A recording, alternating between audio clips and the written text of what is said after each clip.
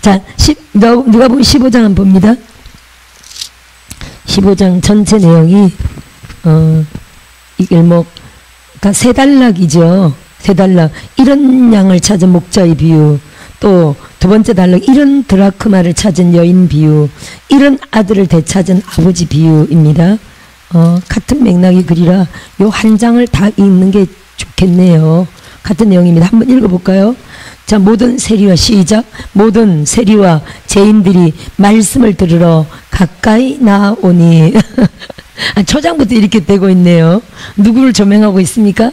세리와 죄인들을 조명. 누가 보면 15장 1절입니다. 모든 세리와 죄인들. 그 당시에 사람들이 제일 지탄받던 사람들, 제일 낮고 비천하고 뭐 낮은 노동자 이 정도 수준이 아니라 죄인의 수준, 비천하고 죄인의 수준의 사람들이 말씀을 들으러 가까이 나오네요. 따라합시다. 복음은 가난한 자의 것이고, 또 복음은요 죄인들의 것입니다. 할렐루야. 우리 모두 다 죄인이었을 때 주님이 찾아오셨죠. 할렐루야. 만일에 내가 의인입니다 라고 있었다면 주님을 제대로 만나지 못했을 겁니다.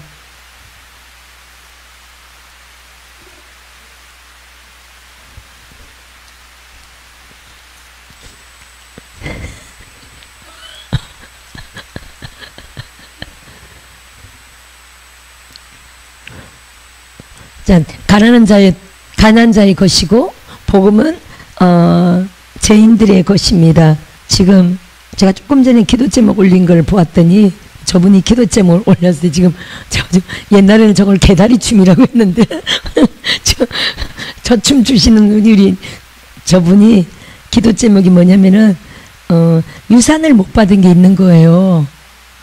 하여튼 우리 목사님하고 동생하고, 그죠? 동생이 1000만 원씩 받아야 할 유산이 있는 거야. 그러니까 대충 원래는 유산이란 게 요즘은 이렇게 자녀들이 다 나눠 가지잖아요. 아니 요즘은 나눠 가지잖아요. 근데 어떤 때 가족들 보면 가족 한 사람이 다 차지하고 있는 경우가 상당히 있더라고요. 예를 들어 뭐 집 하나면 집을 팔아야 되는 건데 뭐 오랫동안 가지고 있다든지 뭐 하여튼 이렇게 그냥 대충 그냥 넘어가고 이렇게 못 받은 사람들 상당히 이제 상담하다 보면 상당히 있거든요.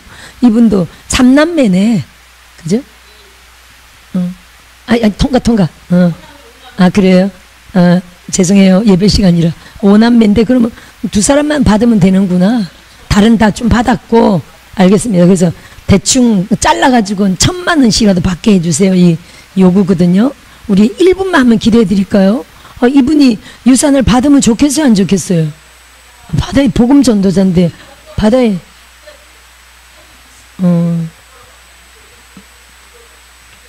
그래. 넘어갑시다. 그러니까 그렇죠. 그런 게 있습니다. 다 말은 못하지만 하여튼 저기 오빠가 좀 이렇게 온유한 마음으로 이렇게 재산을 좀 나눠주면 좋겠네요.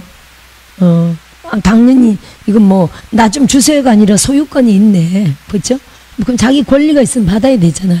그리고 예를 들어 가족이라면 내 형제에게 당연히 마땅히 줘야 할 것을 안 주고 있다면 내게 그게 복이 될까요? 복이 안 될까요?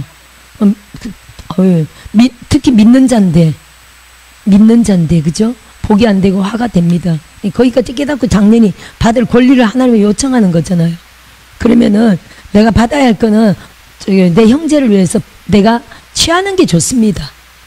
왜냐면 안 받으면 항상 알게 모르게 내가 사랑은, 형제를 사랑은 하지만 알게 모르게 나도 모르게 어떤 잔재하는 앙금 같은 원망이 남아 있어가지고, 이분 착해서 원망하는 분이 아닙니다. 많은 뭔가가 그분이 고통받을 때 그래서 그래 라고 하는 어떤 정죄가 자기 안에 율법적으로 있잖아요.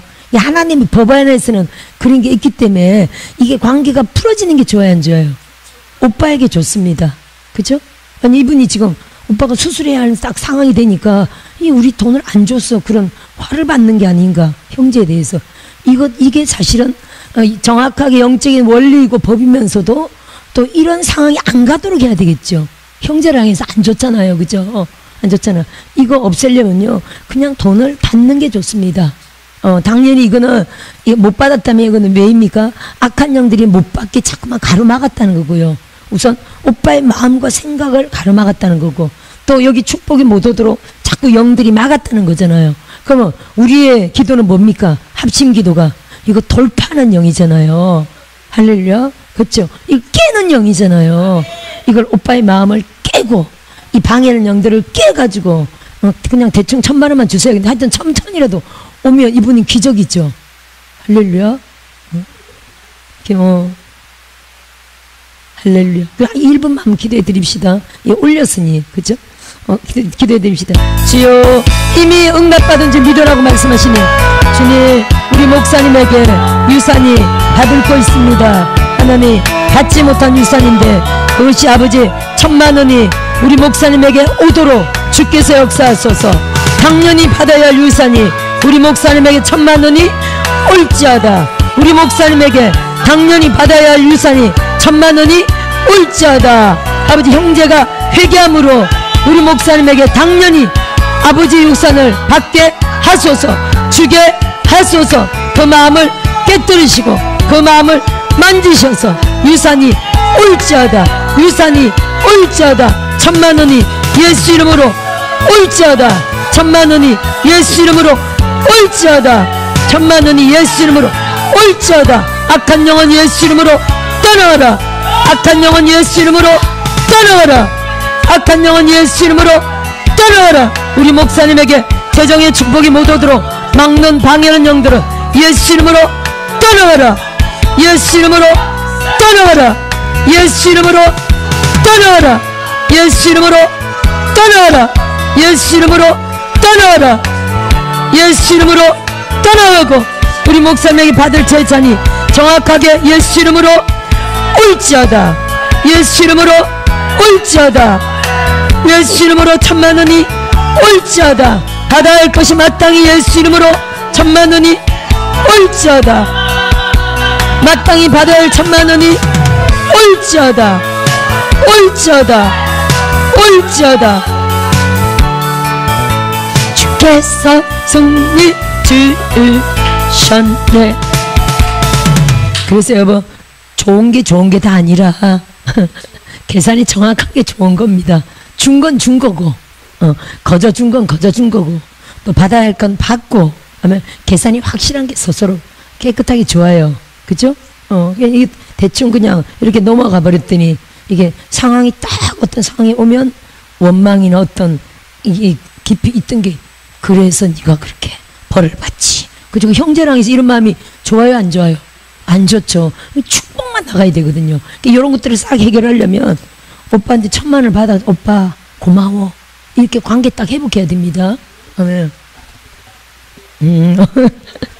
맛있는 거 사주고. 네, 자 15장 2절 2절 한번 볼게요. 바리새인과 서기관들이 수군거려 이르되 이 사람이 죄인을 영접하고 음식을 같이 먹는다 하더라. 자 1절 2절 때문에 예수님이 지금 이런 양이나 드라크마나 이런 아들에 대한 비유를 세 단락을 통해서 하는 겁니다. 왜냐하면 1절에 죄인들, 세리들, 아주 비천한 그 당시에 손가락 받는 아주 낮은 자들, 정말 남들의 정죄, 비판을 받는 이런 자들과 예수님이 사귀고 그들을 사랑하고 음식을 먹는 것 때문에 지금 그들이 막 판단을 했죠. 그랬더니 예수님이 그것 때문에 지금 이 세 가지 얘기를 하는 거예요. 아멘. 한번 읽어볼까요?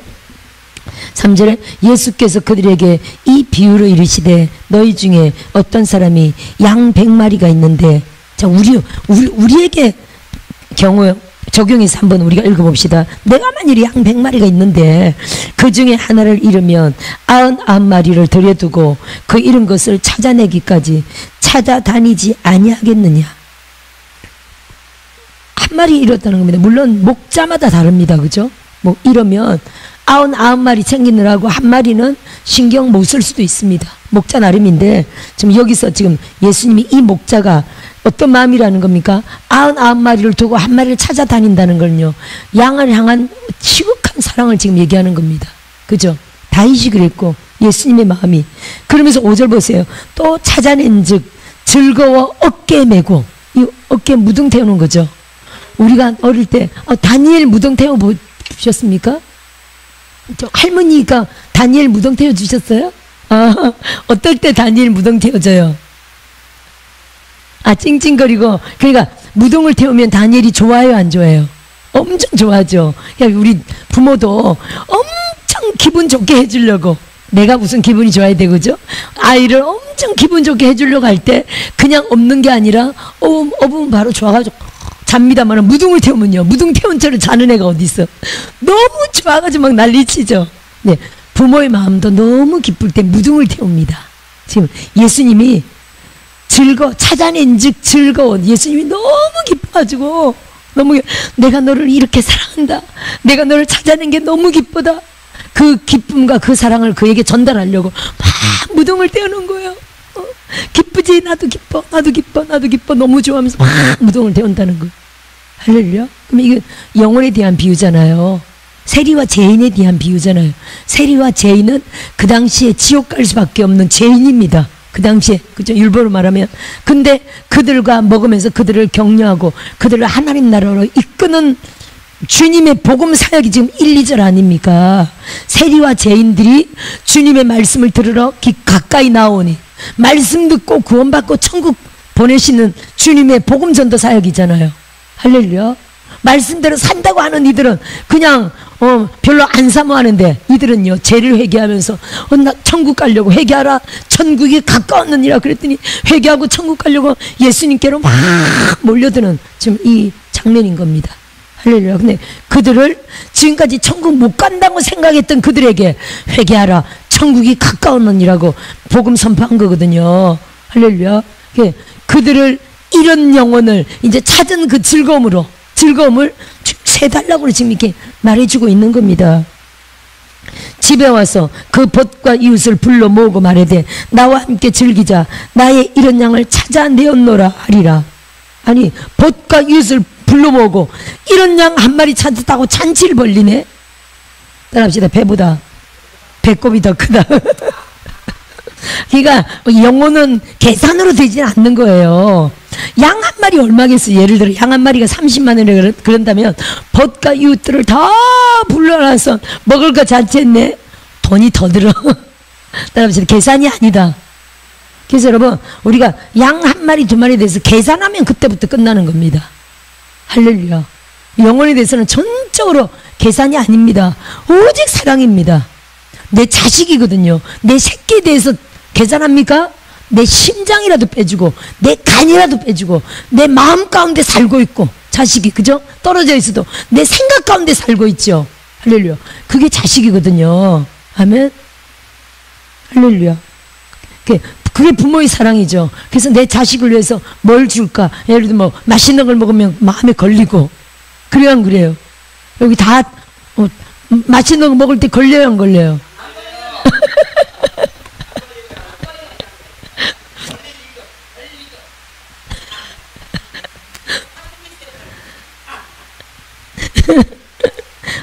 이런 부모들도 있습니다. 맛있는 거 먹어도 안 걸린다는 부모들도 있어. 근데 이제 농담이지만 웬만한 부모들은 맛있는 거 먹으면 걸립니다. 그죠? 아유, 군에서 뭐 군대밥 먹는데 뭐 특별히 맛있는 거, 일반적일 때는 생각 안 나는데 특별히 맛있는 거 먹으면 생각납니다. 그게 이제 생각 가운데 자식이 살고 있다는 거거든요. 생각 가운데, 마음 가운데 자식이 거하고 있다는 거거든요. 할렐루야. 이런 부모의 사랑이죠. 자, 7절 볼까요? 내가 너희에게 이르노니, 그래서 여러분, 그래서 철들려면 결혼해라.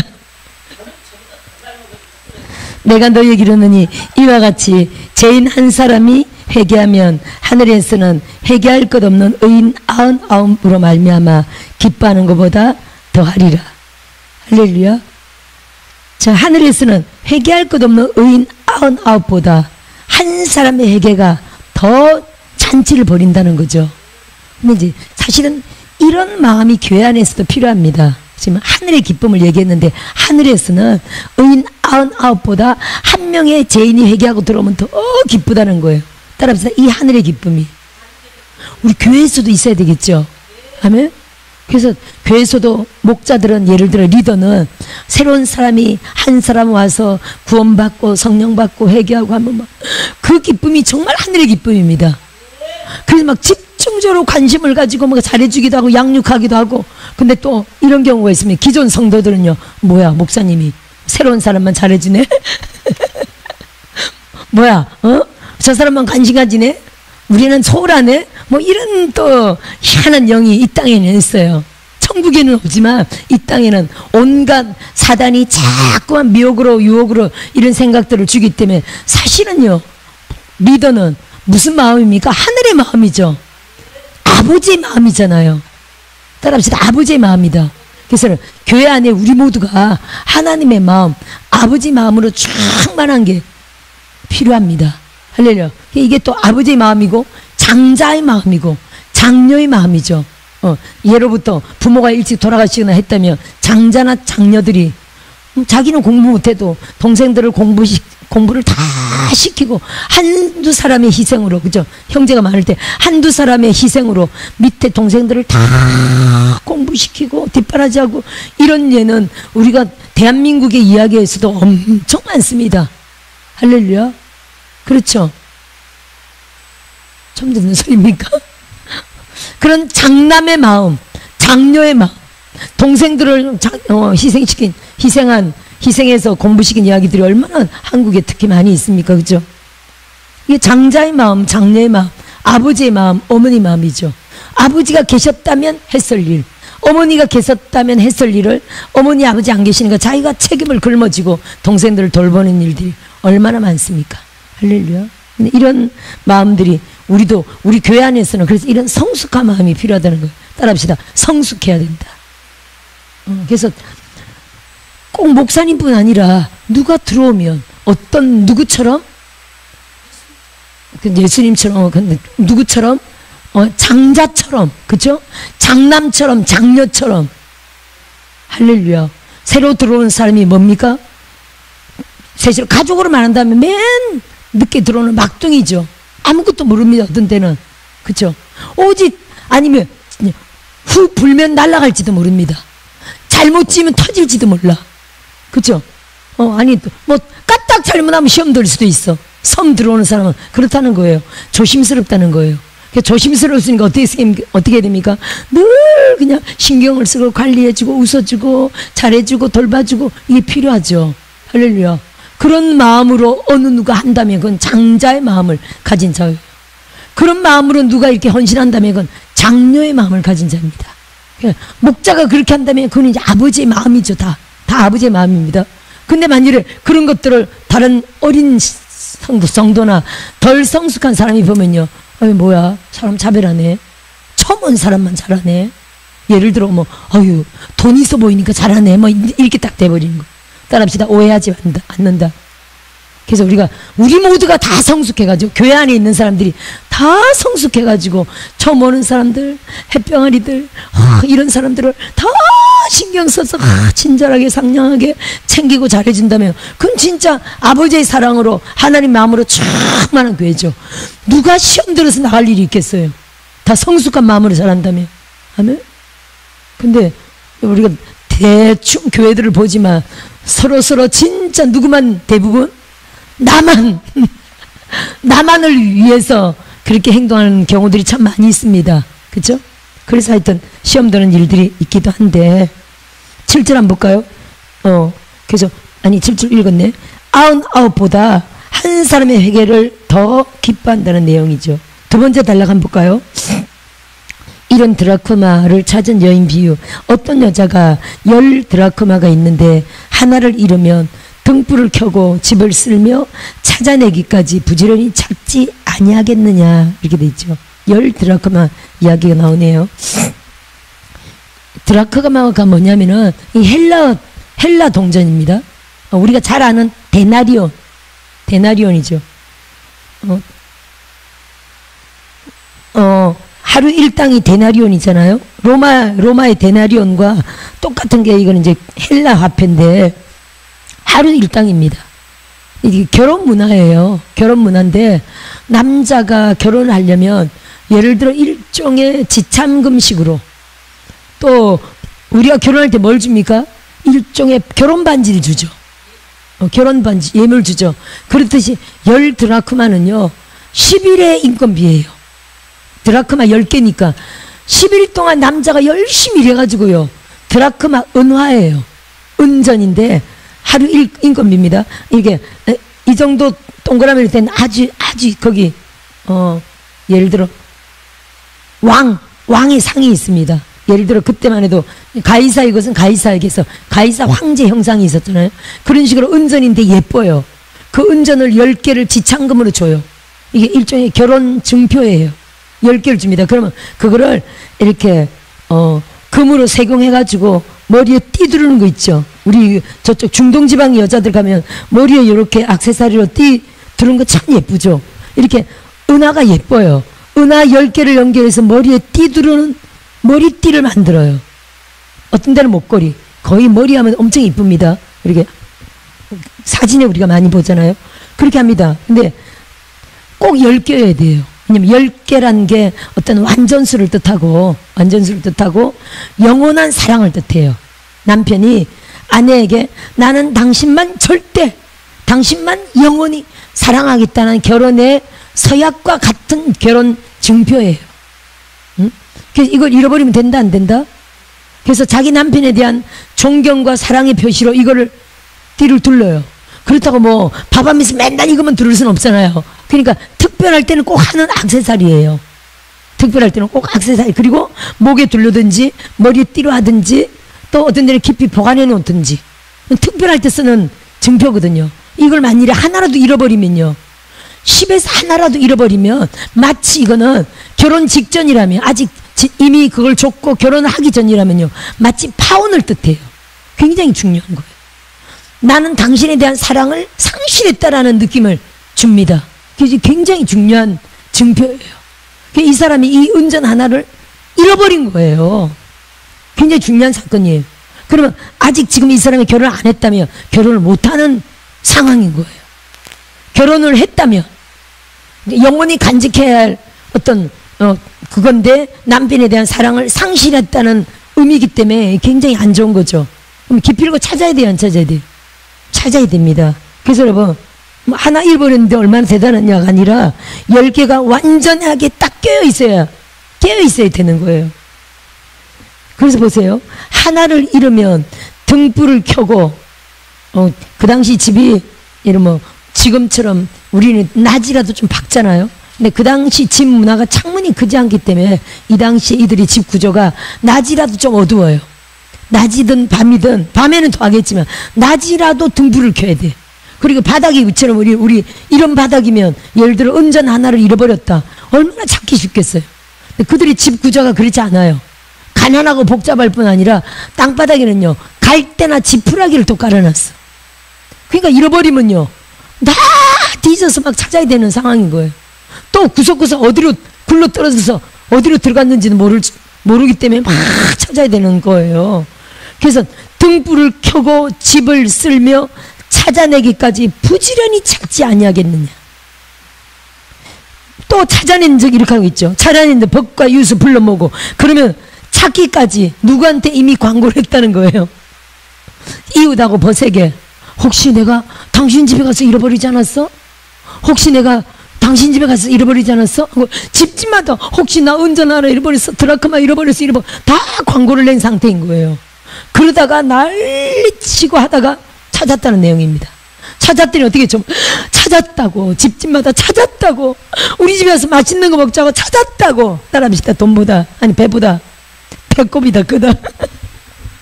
배보다 배꼽이 더 크잖아. 이게 지금 계산이 아니라는 거예요.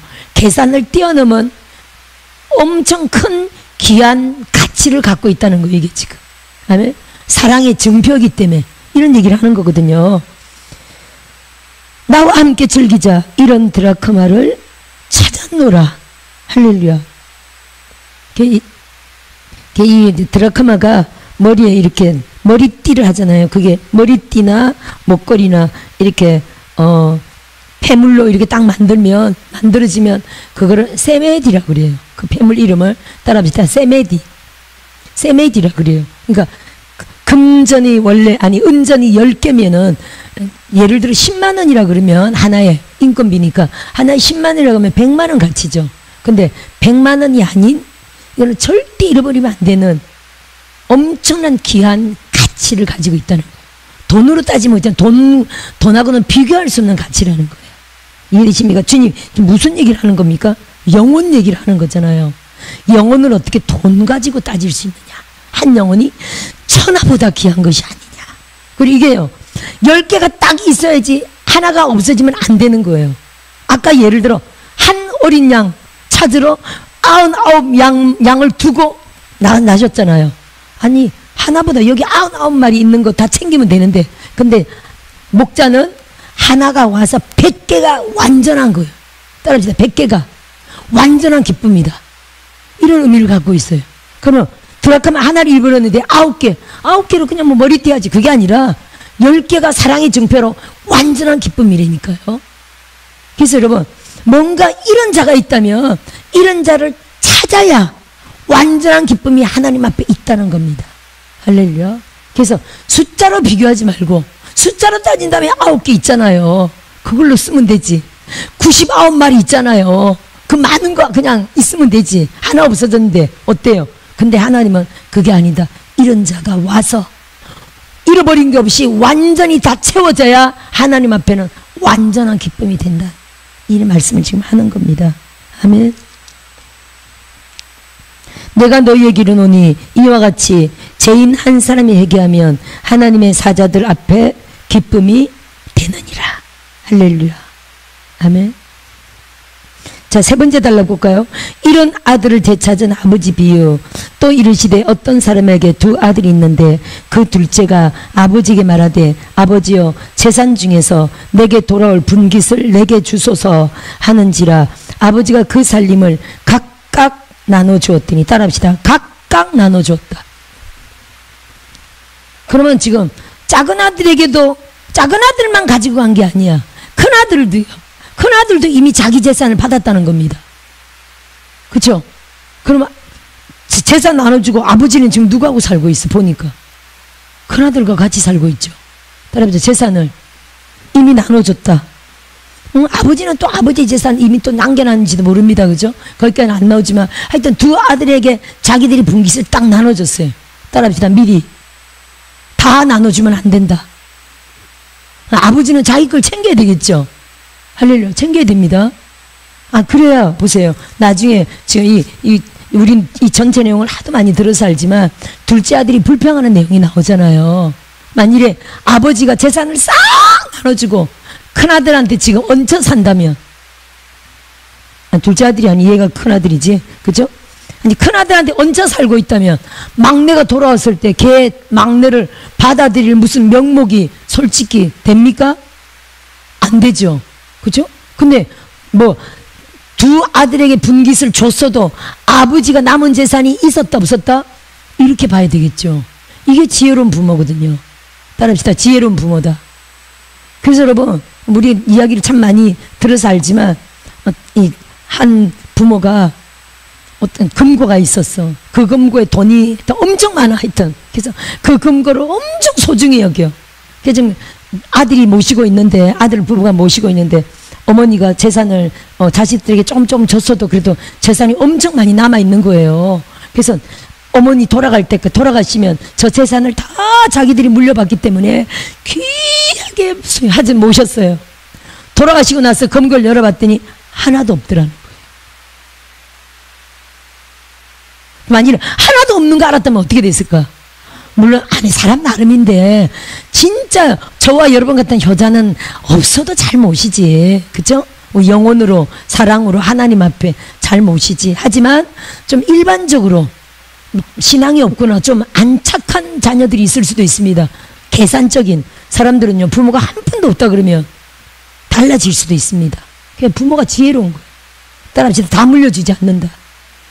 할렐루야. 다 물려주지 않습니다. 이 부모도 아마 그랬을 걸로 봅니다. 각각 나눠주었더니 13절 그 후 며칠이 안 되어 둘째 아들이 재물을 다 모아가지고 먼 나라에 가 거기서 허랑방탕하여 그 재산을 낭비하더니 다 없앤 후 그 나라에 크게 흉년이 들어 그가 비로소 궁핍한지라. 가서 그 나라 백성 중 한 사람에게 붙여 사니 그가 그를 들로 베며 돼지를 치게 하였는데 그가 돼지 먹는 지엄 열매로 배를 채우고자 하되 주는 자가 없는지라. 이에 스스로 돌이켜 이르되 내 아버지에게는 양식이 풍족한 품꾼이 얼마나 많은가. 나는 여기서 줄여 죽는구나. 내가 일어나 아버지께 가서 이르기를 아버지 내가 하늘과 아버지께 죄를 지었사오니 지금부터는 아버지의 아들이라 일컬음을 감당하지 못하겠나이다. 나를 품꾼의 하나로 보소서 하리라 하고 이에 일어나서 아버지께로 돌아가니라. 돌아왔습니다. 아들이라고요? 품꾼이라고요? 종이라고요? 아니 종도 아버지 밑에 있는 종들은 배부르게 잘 먹고 잘 사는데 자기는요 지금 외국 타국에 와가지고 종보다도 못한 뭘 그 자체 생존 자체가 안 되는 상황인 거죠. 내가 차라리 집에 가서 그 동네는 종으로도 못 살아. 너무 기근이 들어서 내가 차라리 아버지 집에 가서 나를 종으로 써달라 그래야 되겠다. 지금 이런 각오로 오는 겁니다. 할렐루야. 아니 어떤 각오든지 따라합시다. 하나님 앞에 나아온다. 집으로 돌아온다. 할렐루야. 아버지 집으로 돌아와야 되겠죠. 어떤 각오로든 돌아와야 됩니다. 그래야 살 길이 열립니다. 아멘. 우리가 어떤 상황에 있어도 다시 하나님 앞으로 돌아가기만 하면요, 하나님은 내가 내 재산을 싹 탕진했을지라도 내가 내 받을 몫을 싹 갖고 가서 다 탕진해버린 겁니다. 예를 들어 하나님 앞에 내가 받을 거 싹 다 받아버렸어. 더 받을 게 없어 이제. 그런데도 다시 돌아가면요, 하나님은요 줄 게 또 있다고요 없다고요? 할렐루야. 다 준 것 같아도요 하나님은 또 주십니다. 할렐루야. 내가 하나님 앞에 받을 거 다 받고 배신 때리고 나갔다 할지라도 그래도 다시 돌아와야 됩니다. 따라합시다. 그래도 다시 돌아온다. 할렐루야. 그래도 다시 돌아야 됩니다. 다시 돌아오는 것만이 살 길입니다. 할렐루야. 이에 일어나서 아버지께로 돌아가니라. 아직도 거리가 먼데 아버지가 그를 보고 측은히 여겨 달려가 목을 안고 입을 맞추니. 아직도 거리가 먼데 아버지는 계속 그 마루 위에 올라서서 저 동구 밖에 혹시 아들이 언제라도 오나 하고 계속 관심을 가지고 살펴본다는 거 아닙니까? 그러다가 아들 발걸음 같은, 아들 모습 같은 이런 네가 아니 걷는 모습만 보다 알 수 있죠. 대충 우리도 부모가 걷는 모습, 아들이 걷는 모습 압니다. 뒷모습도 압니다. 그렇죠? 우리 아들도 뒷모습이 다릅니다. 여러분 자식도 그렇죠? 뒷모습 보면 압니다. 벌써 걸음걸이가 다르고 다릅니다. 그죠? 이 아버지도 멀리서 자기 둘째 아들이 돌아오는 거를 멀리서 봤다는 거예요. 그래서 막 달려가서 목을 안고 입을 맞추니 아들이 이르되 아버지 내가 하늘과 아버지께 죄를 지었사오니 지금부터는 아버지의 아들이라 일컬음을 감당하지 못하겠나이다. 이렇게 말했더니 22절에 아버지는 종들에게 이르되 제일 좋은 옷을 내어다가 입히고 손에 가락지를 끼우고 발에 신을 신기라. 제일 좋은 옷이 뭡니까? 네가 종이 아니고 아들이다. 따라합시다. 종이 아니고 아들이다. 종이 웬 말이냐? 아들이다. 네가 아버지를 뒤통수 치고 나갔어도 배신 때리고 나갔어도 다 탕진하고 아무것도 없이 돌아왔어도 너는 그래도 끝까지 내 아들이다. 따라합시다. 끝까지 내 아들이다. 이게 하나님과 우리와의 관계를 말하는 거거든요. 돌아오지 않으면 아들의 그 대우를 절대 못 받습니다. 만약 우리가 다 까먹었어도 죄인 중에 흙탕물에 뒹굴 했어도 다시 하나님 앞으로 돌아오기만 하면요, 하나님은 다시 아들이다. 따라합시다. 다시 아들이다. 할렐루야. 아멘. 그래서 여러분 우리 인생 가운데 항상 우리가 회개의 영으로 항상 하나님 앞에 돌아가야 될 줄 믿습니다. 아멘. 다시 아들이다. 제일 좋은 옷을 입히고 손에 가락지를 끼우고 발에 신을 신기라. 할렐루야. 이거 그 아버지와 아들들 자기 가족들만 가락지를 끼는 거 아닙니까? 할렐루야. 종들이 어떻게 가락지를 낄 수 있습니까? 그죠? 가족들만 끼는 그 좋은 금 가락지를 지금 가락지를 끼워준다는 거예요. 발에 신을 신기고 그리고 살찐 송아지를 끌어다가 잡으라. 우리가 먹고 즐기자. 이 내 아들은 죽었다가 다시 살아났으며. 아버지가 애 아들이 나갔을 때는 내 아들 죽었다라고 생각하고 있었다는 거예요.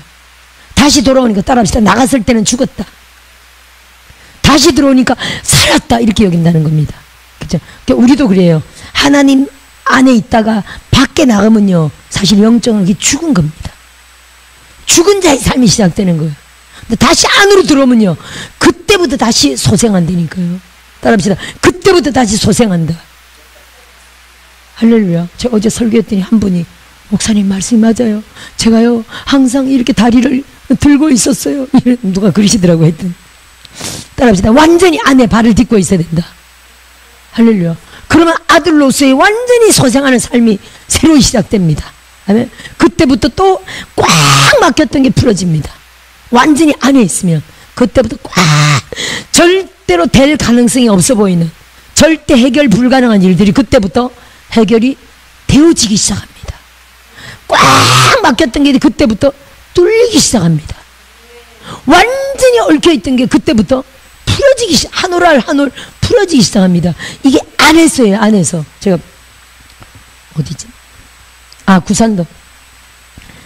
어제 구산동에서 이제 에베소서를 시작했는데, 에베소서의 특징이 그 6장밖에 안 되잖아요. 짧습니다. 근데 그 내용 안에 안에서라는 단어가 93번이 들어있더라고요. 엄청나죠? 그리스도 안에서, 아버지 안에서, 사랑 안에서. 할렐루야. 이런 안에서라는 단어가, 또 우리가 아버지 마음 안에 있고 아버지의 생각 안에 있고. 할렐루야. 안에. 그럼 아버지의 생각 밖에 있다면 어떻게 되겠어요? 혜택이 없는 거예요. 아버지의 마음 밖에 있다면 아무것도 우리에게 돌아올 게 없는 거예요. 거기 한번 볼까요? 어디냐면은 시편 91편.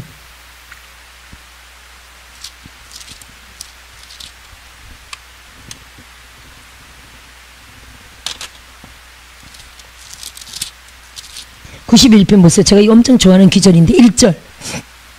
지존자의 은밀한 곳에 거주하며 전능자의 그늘 아래 사는 자예요.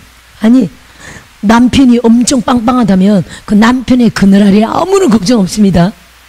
부모가 빵빵하다면 그 자식들은 부모의 그늘 아래에 절대 안전합니다. 그 빼기 힘이 엄청나죠. 근데 또 여기는 전능자의 그늘 아래에 사는 자예요. 따라합시다. 나는 전능자의 그늘 아래 살고 있다. 무엇이든 할 수 있는 전지전능한 창조주 하나님의 그 그늘 아래 우리는 빵빵합니다. 근데 이게 그늘이란 단어가 히브리어로는요, 따라합시다. 테스남. 절대 잊지 마세요. 따라합시다. 테스남. 히브리어로 무슨 뜻이냐면요, 생각. 전능자의 생각 안에 사는 자예요. 전능자가 내가 저희에게 뭐 해줄까 생각 안 되는 거예요. 부모가 자녀들 생각하듯이 예쁜 옷을 보면 아유 저 우리 딸내미 입으면 딱 맞겠다 이렇게 생각하면요, 부모가 돈이 있으면 그 기필코 사고 말죠. 저 가방이 딱 어울리겠다, 우리 아들한테 딱 어울리겠다, 우리 아들 요즘 이상한 희쭈그리한 거 들고 다니던데 저거 하나 딱 매면 어울리겠다, 그런 생각을 부모가 딱 한다면요, 예를 들어 어떤 때를 따라 무슨 생일이다, 무슨 뭐 때를 따라 기필로 생각했다 딱 사주겠죠. 이렇게 전능자의 생각 안에 사는 자요. 따라합시다. 우리가 전능자 하나님의 생각 안에 살고 있다. 엄청 중요하죠. 그러면요 기적이 나타나는 거예요. 시편 40편 5절 한번 보세요. 제가 좋아하는 기절인데 연결되는 기절입니다. 40편 5절이요. 5절 시작. 여호와 나의 하나님이여 주께서 행하신 기적이 많고 우리를 향하신 주의 생각도 많아. 뭐가 일어난다는 겁니까? 이게 누구도 주와 견줄 수가 없나이다. 이 기적에 대한 내용이거든요. 전능자가 나를 향한 생각을 계속 갖고 있어요. 내 이름이 전능자의 생각 안에 있어. 박세라, 김민수, 김혜수도 여러분을 향한 그 이름이 여러분 이름이 전능자의 생각 안에 있어. 아, 뭘 해줄까? 어떻게 해줄까? 아, 1000만 원을 받게 해줄까? 하나님의 전능자의 생각 안에 할렐루야.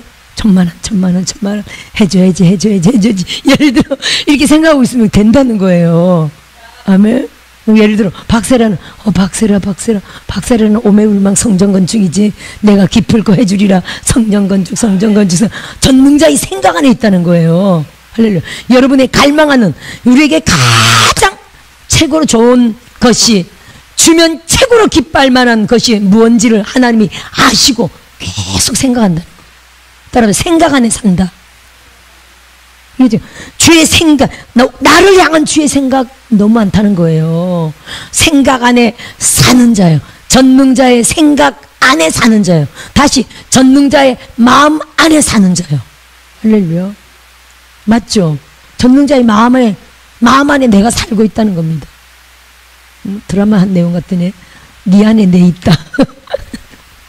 따라합시다. 하나님 안에 내가 있다. 할렐루야.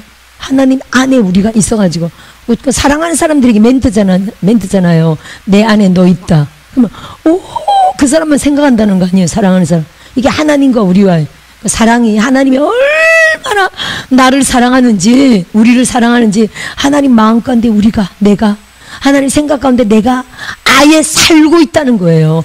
잠깐 생각나는 게 아니라 아예 그 방 안에서 안 떠나고 계속 살고 있어. 할렐루야. 따라합시다. 기적이다. 이런 기적이 일어나는 겁니다. 누가복음 15장 그렇죠. 살찐 죽었다가 살아났으며 내가 잃었다가 다시 얻었노라 하니 그들이 즐거워하더라. 맏아들은 밭에 있다가 돌아와 집에 가까이 왔을 때 풍악과 춤추는 소리를 듣고 한 종을 불러 이 무슨 일인가 물은데 대답하되 당신의 동생이 돌아왔음에 당신의 아버지가 건강한 그를 다시 맞아들이게 됨으로 인하여 살찐 송아지를 잡았나이다. 아버지가 아니 안병 안 걸려서 돌아온 게 무슨 감사해. 아버지는 눈도 제대로 있고 손도 제대로 있고 아니 옷은 허름했지만 몸이 그래도 아픈 데 없이 병 없이 돌아온 게 아버지는 너무 감사해. 할렐루야. 따라합시다. 살아있는 자체만으로도 무조건 감사하다. 이게 부모의 사랑이죠. 할렐루야. 제가 어릴 때부터 승리나 믿음이한테 계속 한 얘기가 있습니다. 뭐 공부 잘하는 소리는 한 번도 안 해봐가지고 뭐 공부를 1등 하거나 이런 건 못 봤어요. 뭐 1등이고 10등이고 50등이고 따지지 않아. 그냥 안 봐. 공부는 아예 안 봐. 그냥 어린이날이나 특별할 때 하는 멘트가 있어요. 그냥 너의 존재 자체만으로도 엄마는 감사하단다. 부담을 주지 않았어. 부담을 안 줬더니 역시 실력은 근데 그게 중요한 게 아니라 중요한 거는 감사한데 그랬더니 상처가 없다고 말을 해야 되나? 우리가 이게 영적인 것에는 상처가 굉장한 영향을 미칩니다. 우리 자녀들이 예를 들어 계속 어릴 때부터 부담과 억압과 꾸지람과 야단을 계속 맞았다면 어떻게 될까요? 이게 알게 모르게 상처가 있어가지고 이게 우리 인생의 모든 것들을 막습니다. 풀어짐을 막습니다. 활성화를 막습니다. 참 중요합니다, 여러분. 그래서 상처를 안 줬다고 볼 수 있겠네요. 별로 뭐 야단칠 일도 별로 없었고 둘 다 착했는데 그랬습니다.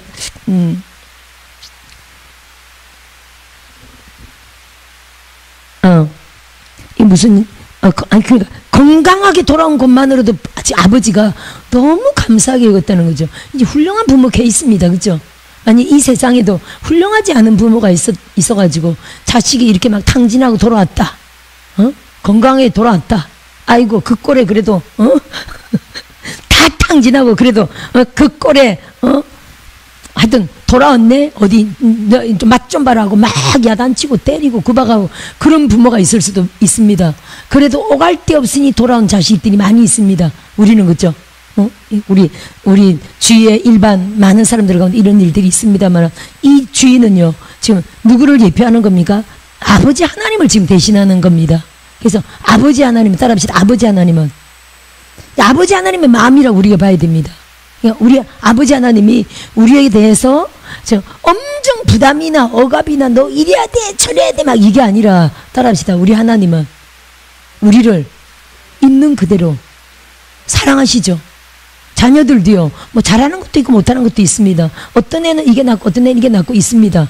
그래도 그 모습 그대로, 따라합시다. 그 모습 그대로 인정하고 사랑하신다. 그럼 왜 그럴까요, 여러분? 하나님은 왜 그럴까요? 우리를 만드신 분이 그분이시기 때문이죠. 우리도 인정해야 돼요.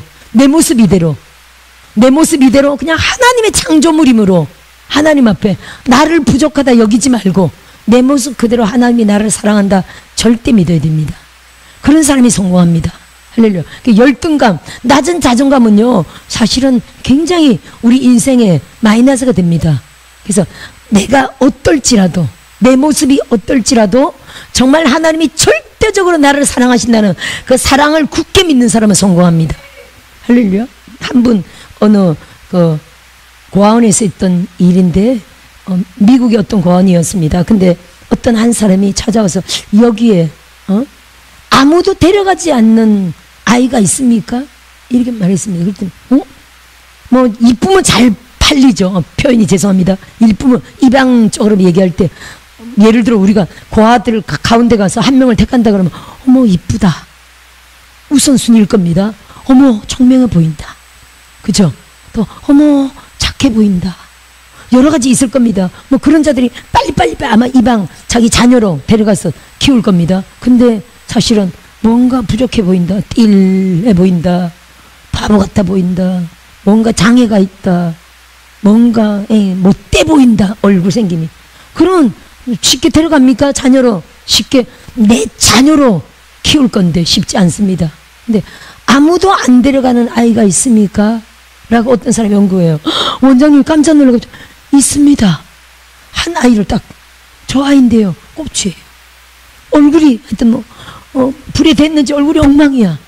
완전 그런 장애죠. 그때 아무도 안 데려갑니다. 그 사람이 아무 말 없이 그 아이를 데려갔어요. 그리고 진짜 수십 년이 지났어요.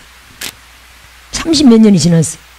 나중에 어떤 한 고아원에서 있었던 일인데, 정말 많은 사람들이 우러러보는 정말 훌륭한 고아원 원장님이 있는 거예요.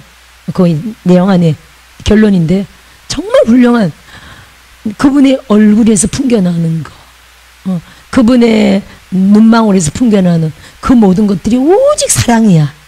사랑이야. 나중에 알고 봤더니 그분이 그때 데려갔던 그 꼽추, 얼굴이 막 얽고 흉터가 있고 이런 그 사람이 결국 고아원을 운영하는 원장이 됐는데, 너무 깔끔하고 단정하고 깨끗하고 모든 면에 부족함이 없는 아주 훌륭한 고아원으로서 정말 이름을 떨치고 있던 이런 곳에 있는 고아원 원장님이 된 거예요. 많은 사람들이 정말 존경과 그런 인정을 받는 원장님이 된 거예요. 근데 이게 뭡니까 여러분? 아무도 사랑해 주지 않는 그 사람을 누군가 절대적인 사랑을 가진 사람이 데려간 거 아닙니까? 그죠? 평생에 그 아이를 향한 절대적인 사랑을 부은 겁니다. 하나님의 사랑이죠. 나중에 어떻게 됐다고요? 그도 또한 많은 이들에게 절대적으로 사랑을 베푸는 그런 하나님의 사람으로 됐다는 거죠. 할렐루야. 여기 아버지는 굉장히 훌륭한 아버지인데 하나님을 예표합니다. 아무것도 없어도 우리의 존재만으로도 기뻐하고 감사합니다. 하나님 앞에 돌아온 것만으로도 무조건 기뻐하고 즐거워합니다. 우리 아버지가 그렇다는 거예요. 우리가 우리 하나님 아버지에 대해서 확실히 아는 게 중요하겠죠. 그래서 우리가 이런 이야기들이 있습니다. 아버지의 사랑을 별로 못 겪은 사람들은 하나님의 사랑을 잘 모른다며요. 여러분은 그렇습니까? 여러분은 그렇지 않을 겁니다. 예를 들어 저도 우리가 6형제인데 아버지가 유달리 저를 이뻐했어요. 제가 셋째 딸입니다. 네. 목구멍이 붙어가지고 6형제인데 유달리 아버지가 저를 이뻐했어요. 그래서 아까 무덤 얘기했는데 아버지가 조그만 아기 때 저를 막 무덤 태웠던 기억이 좀 자주 나요. 더 어릴 때죠. 근데 저희 아버지는 제가 6살 때 병이 들어가지고 이렇게 간경화증으로 남산만한 배를 하고 항상 병석에 13년 동안 누워 계시다가 19살에 제가 돌아가셨거든요. 제가 19살에. 그래서 그 꼬맹이 때 5, 6살 그때 아버지가 무등 태우고 막 좋아했던 기억이 나요. 아우 셋째 딸은 선도 안 보고 데려간다 그러면서 막 셋째 딸 하면서 엄청 이뻐했던 기억이 납니다. 응?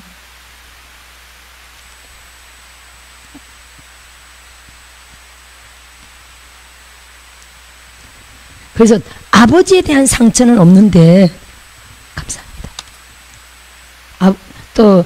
저희 아버지가 아버지한테 야단 맞은 기억도 없고 법 없이도 사는 분이었어요. 저희 아버지가 법 없이 사는 분이었고 부부간에 다투는 걸 본 적이 한 번도 없고 제가 아버지한테 야단 맞은 적이 한 번도 없고 아니 우리 자식들을 야단치는 걸 본 적이 없어. 순하고 착한 분인 거죠. 그죠? 그런 아버지고 그나마 어릴 때 잠깐 사랑받은 기억이 있어가지고 아버지에 대한 안 좋은 기억이 없는 거예요. 근데 예를 들어 아버지에 대한 아주 폭행이나 폭언이나 그죠? 나가 죽어라 이런 말을 들은 자식들도 있습니다. 말도 안 되죠. 그죠? 그리고 아버지가 막 자녀를 막 때려 발길질하고 막 패고 이런 아버지를 예를 들어 아버지가 있었다면 그 자식은 엄청난 상처가 있겠죠. 나를 낳은 아버지한테 폭언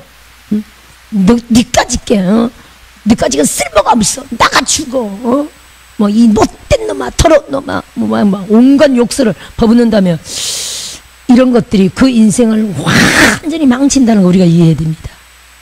절대로 여러분 자식한테 폭언 폭력하면 안 됩니다. 그래서 이런 자녀들은요 하나님의 사랑을 잘 모른다 그러더라고요. 그렇겠죠. 왜냐하면 하나님을 아버지라 부르기 때문에 아버지 내 인생의 아버지가 안 좋았던 아버지인데 하나님을 아버지로 그 어떤 사랑을 기대하겠어요. 하나님 앞에 깊은 사랑으로 못 간다는 거예요. 참 불행합니다. 그죠? 초자연적인 하나님의 어떤 사랑으로 만나주심이 이게 치료와 함께 필요한 경우입니다. 많은 자들이 또 치료도 받고 하겠죠. 근데 이제 아버지에 대한 좋은 경험, 아버지 모든 것을 다 줄 수 있는 아버지.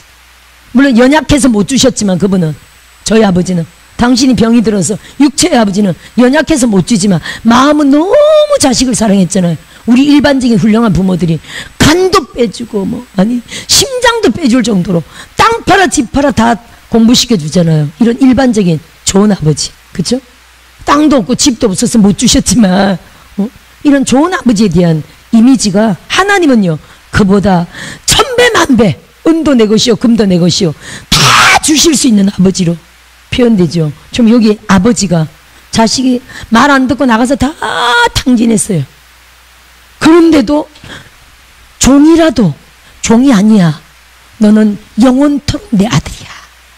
씻기고 닦이고 좋은 옷 가락지에 신발에 살찐 송아지 할렐루야 잡아뒀다는 거. 네가 건강하게 돌아온 것만으로도 아버지는 너무 감사하다. 아마 눈물을 철철 흘렸을 거예요. 이게 아버지의 사랑, 우리 하나님의 사랑이라는 거죠. 아멘. 따라합시다. 하나님의 사랑이다. 여러분 우리가 진짜 감사합니다. 커피까지 드리면서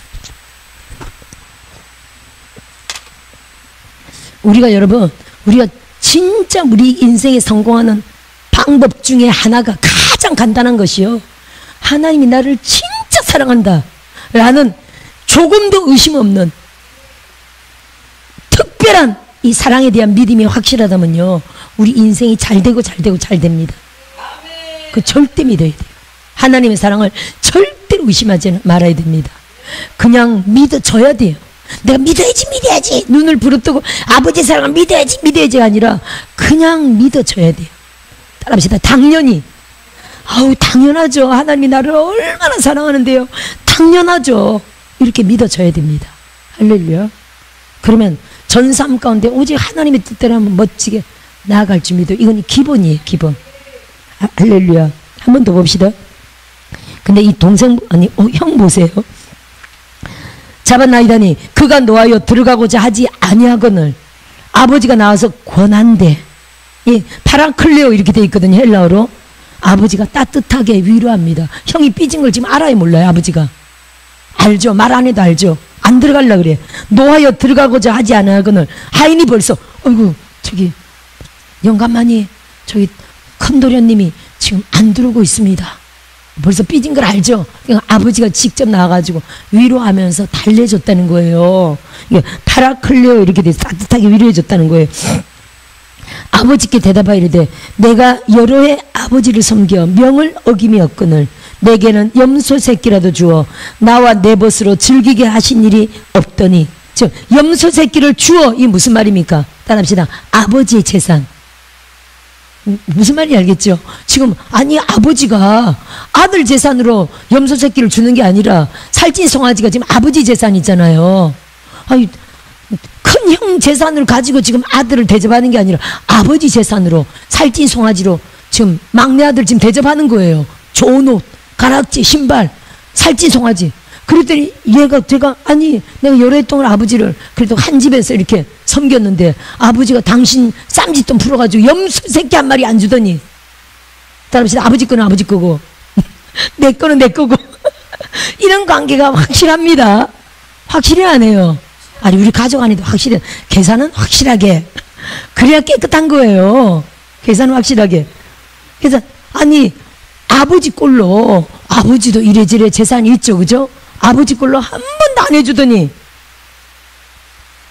내 벗으로 즐기게 하신 일이 없더니 아버지의 살림을 창녀들과 함께 삼켜버린 이 아들이 돌아오며 이를 위하여 살찐 송아지를 잡으셨나이다.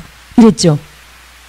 자, 이 아버지 한 말을 한번 보세요. 31절에 아버지가 이르되 예 너는 항상 나와 함께 있으니 내 것이 다 네 것이다. 할렐루야. 내 것이 다 네 것이다. 따라합시다. 아버지 것이 다 내 것이다. 할렐루야. 이제 보세요. 이 무슨 말입니까? 너는 항상 나와 함께 있으니 지금 아버지를 잘 섬기고 아버지와 연합하여 아버지와 하나 되어 살고 있죠. 아버지 천국 가시면 아버지께 다 내 건데 무슨 염소 한 마리 살찐 송아지 한 마리 따지냐는 거예요.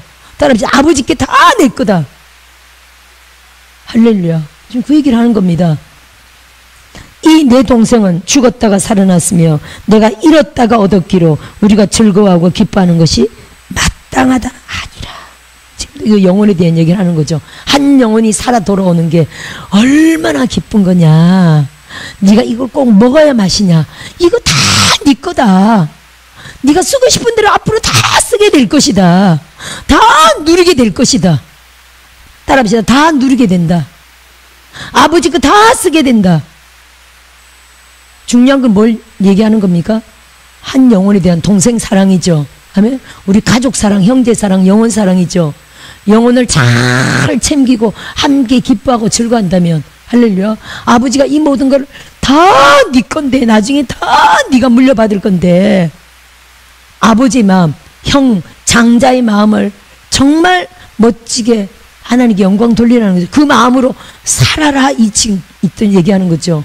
그래서 아버지가 달래는 거예요. 위로하고 아직 철이 없으므로 위로하고 격려하고 지금 달래가면서 야 내게 다 네 거다 않냐. 아버지 삶은 얼마나 사느냐. 이게 다 네 거다. 네 동생 결국 무슨 말입니까? 네 동생 죽었다가 살아온 동생이다. 네 동생 하나 잘 챙겨주라 라는 지금 그 내용을 담고 있죠. 할렐루야. 따라합시다. 동생들을 잘 챙기자. 영혼들을 잘 챙기자. 그러면 아버지 거는 다 내 거다. 장자들의 것인 거예요, 사실은. 할렐루야. 이게 무슨 말인가? 장자들의 것이라는 게 복음을 위하여 사는 자들의 것이라는 거예요. 아버지와 늘 함께 있는, 아들이 지금 아버지와 늘 함께 있잖아요. 아버지와 늘 함께 있는 자들의 것입니다. 영혼들을 위하여 챙기는 자들의 것입니다. 할렐루야. 복음을 전하는 자들의 것입니다. 장자의 마음은 장자의 마음, 장녀의 마음, 또 아버지의 마음으로 살아가는 자들의 것입니다. 따라합시다.